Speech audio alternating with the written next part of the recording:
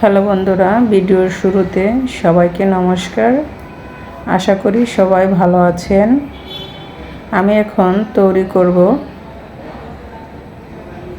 কুমড়ো দিয়ে আর মাসকলাই দিয়ে ডালের বড়ি। এখানে ডালের বড়ি তৈরি করার জন্য পাকা কুমড়া নিয়ে নিয়েছি একটা, এভাবে কেটে কুমড়ার খোসা ফেলে বিচি ফেলে দিয়ে ধুয়ে নিয়েছি। এখন কুচি কুচি করে কেটে আমি মিক্সারে ব্লেন্ড করে নেব।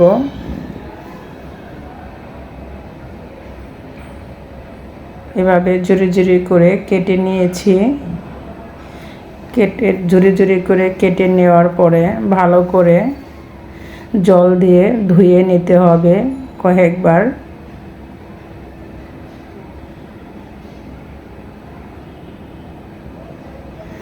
কারণ পাকা কুমড়া একটু টক টক লাগে, এর জন্য ভালো করে জল দিয়ে কচলায় ধুয়ে নিতে হবে যাতে টক ভাবটা চলে যায়। ধোয়ার পরে জলটা ঝরিয়ে নিয়েছি।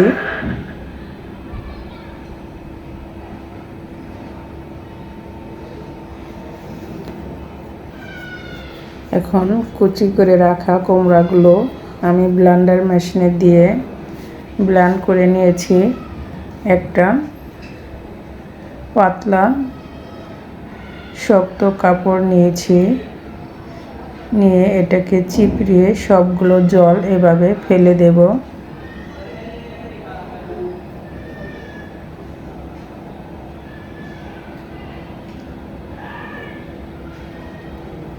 আমি সবগুলো জল ফেলে দিয়ে কুমড়া এভাবে করে নিয়েছি, দেখতেই পাচ্ছেন বন্ধুরা।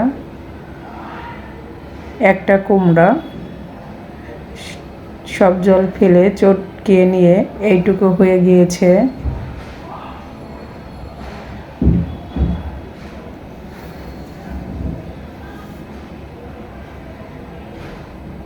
এটা কুচি কুচি করেও দেওয়া যায় কুমড়াগুলো। আমি কুচি কুচি করে না দিয়ে একদম ব্লেন্ড করে নিয়েছি তাড়াতাড়ির জন্য। এখানে মাসকলাই ডাল 1 কেজি ভিজিয়ে রেখেছিলাম সারাদিন।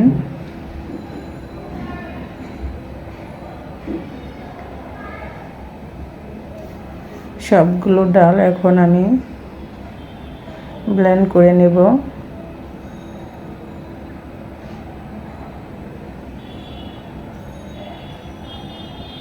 ব্লেন্ড করা হয়ে গেছে। খুব বেশি পানি দেওয়া যাবে না, আমি অল্প পরিমাণ পানি দিয়ে, বেশি পানি দিলে এটা নরম হয়ে যাবে এবং ডালের বড়ি দিতে খুব কষ্ট হবে।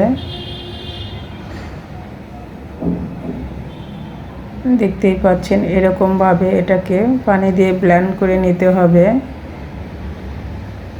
আপনারা চাইলে শিলপাটায় বেটেও নিতে পারেন।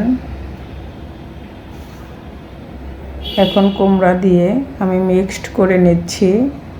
এভাবে ভালো করে ফেটিয়ে নিতে হবে।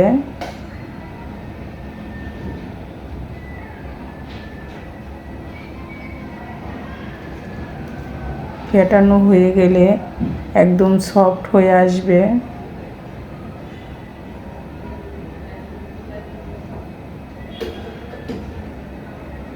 আমি কুমড়োর বড়ি দেওয়ার জন্য সাদা একটা চাদর নিয়েছি।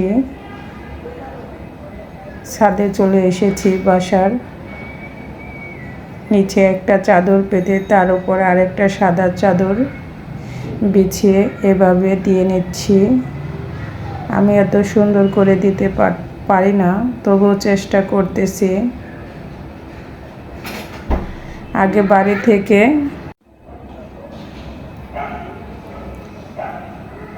আমি এত সুন্দর করে দিতে পারি না, তবুও চেষ্টা করতেছি।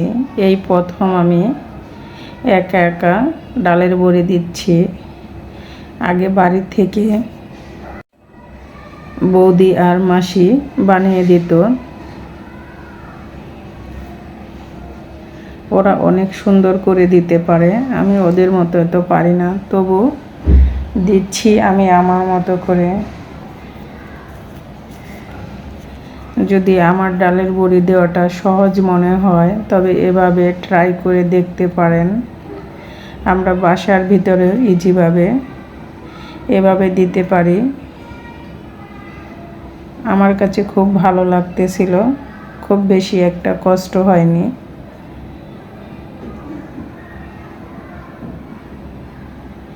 আমি এভাবে দিয়ে নিচ্ছি সবগুলো ডালের বড়ি। আমার ছোট্ট মামুনি আমাকে ভিডিও করে দিচ্ছিল। ছাদে প্রচণ্ড গরম, রৌদ্রের তাপে বসে থাকা যাচ্ছিল না।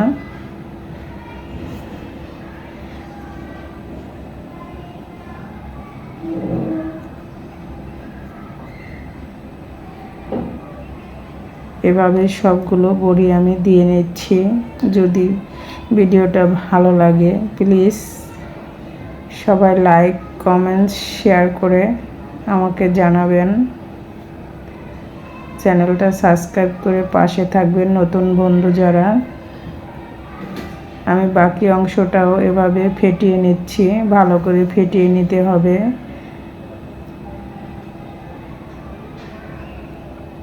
ভালো করে ফেটানো হয়েছে কিনা বোঝার জন্য জলের উপরে এভাবে ছেড়ে দিলে বোঝা যাবে যে এটা ফেটানো হয়ে গিয়েছে, ভেসে উঠবে। যদি ভেসে না ওঠে তাহলে বোঝা যাবে এটা ফেটানো হয়নি, আরও ফেটিয়ে নিতে হবে। আমি দিয়ে দেখালাম, আমারটা ভেসে উঠেছিল। এভাবে দেব, দিতে দিতে ও ফেটিয়ে নিতে হবে।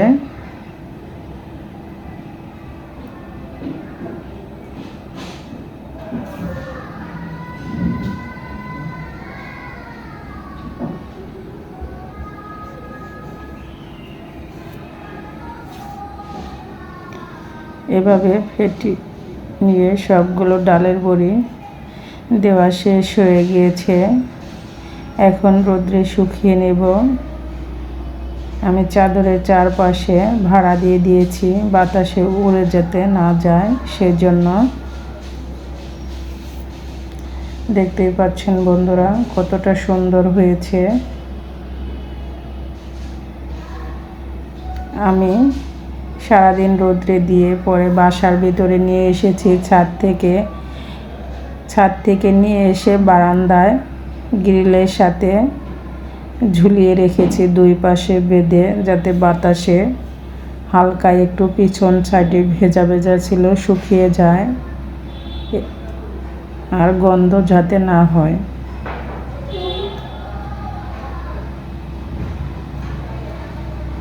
আমি পরের দিন আবার ছাদে দিয়ে দিয়েছি রোদ্রের তারের সাথে বেঁধে। এভাবে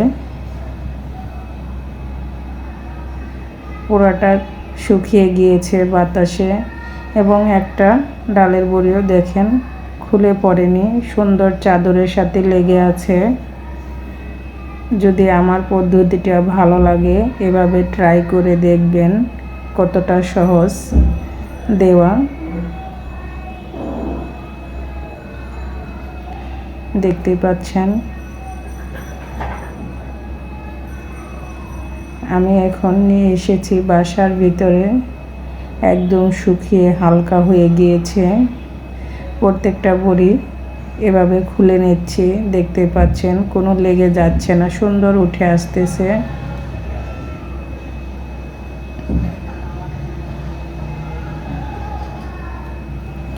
শেষ পর্যন্ত আমি খুব সুন্দর করে দিতে পেরেছি। আমার খুব ভালো লাগতেছিল যে আমিও পেরেছি একা একা ডালের বড়ি বাসার ভিতরে দিতে। তাই ভালো লাগাটাও আপনাদের সাথে শেয়ার করলাম। আমার পদ্ধতিটা যদি ভালো লাগে এভাবে আপনারাও দিতে পারেন।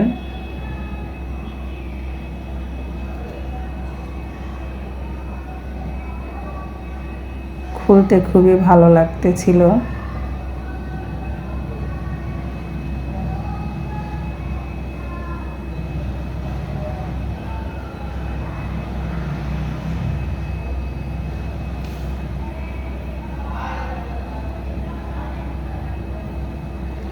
আমার 1 কেজি ডাল আর একটা কুমড়া দিয়ে একদম শুকিয়ে গিয়েছে। আমি এখন একটা বয়মের ভিতরে ভরে নর্মাল ফ্রিজে রেখে দেব। নর্মাল ফ্রিজে রেখে দিলে কোনো গন্ধ হবে না, এর জন্য ফ্রিজে রেখে